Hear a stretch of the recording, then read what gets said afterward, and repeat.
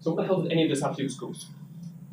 We find when we're speaking with schools about safeguarding, generally there is, this might be a bit of an aggressive image in retrospect. Hopefully none of your parents' evenings have turned out this way. But certainly there is an element of responsibility. Who is responsible? Who is responsible for your child? Well, they're your child, but they're on your time. Well, they're on your time, but they're in your location. This is what happens. So I've spoken to a school where we said, what is the biggest concern or the biggest issue you have with safeguarding digitally at the moment? And they said, it's a matter of responsibility. Nobody wants to take it. We give the child a Chromebook, the child's in school. They're using our Chromebook, they're using our internet connection. It's 100% controllable by us. We'll take responsibility for that. Then they go home.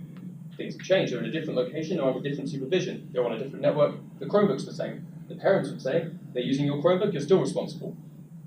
The school might differ. What about if they take the Chromebook and take it to a public hotspot? What happens then? What if they realize the Chromebook's being monitored and use their mobile phone? What if they tether the mobile phone to the 4G connection of their iPad? That sort of thing. What if they take all of these devices abroad? Responsibility gets incredibly blurry. It's really, really, really subjective. This is the result of that. So as we're speaking to schools, it generally comes down to our staff, they're disincentivized to bring up some of these with parents.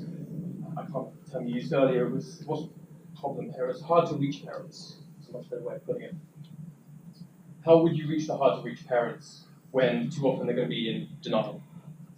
So my professional background, I've been with ITS for 6 years. Before this, worked.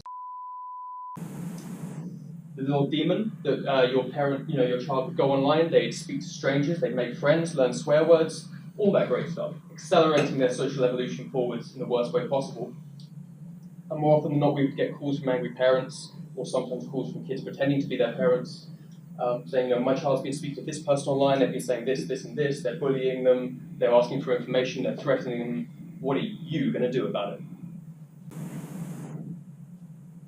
Because it's very difficult to kind of put responsibility in any one place when kids are not in any one place.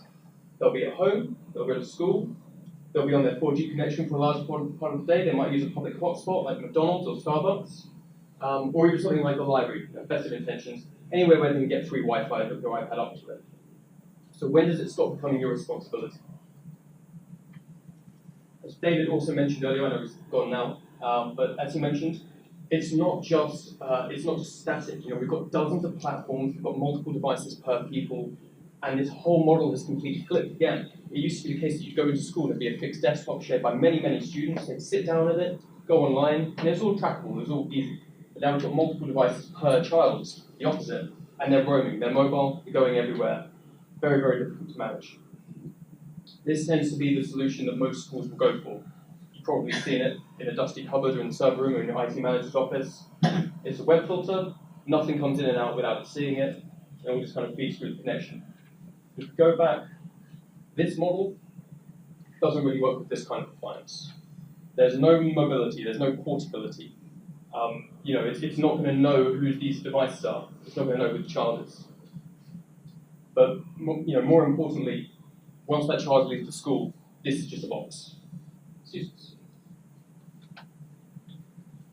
Now, the challenge that we face when we approach schools to talk about digital safeguarding is the fact that digital safeguarding is two terms.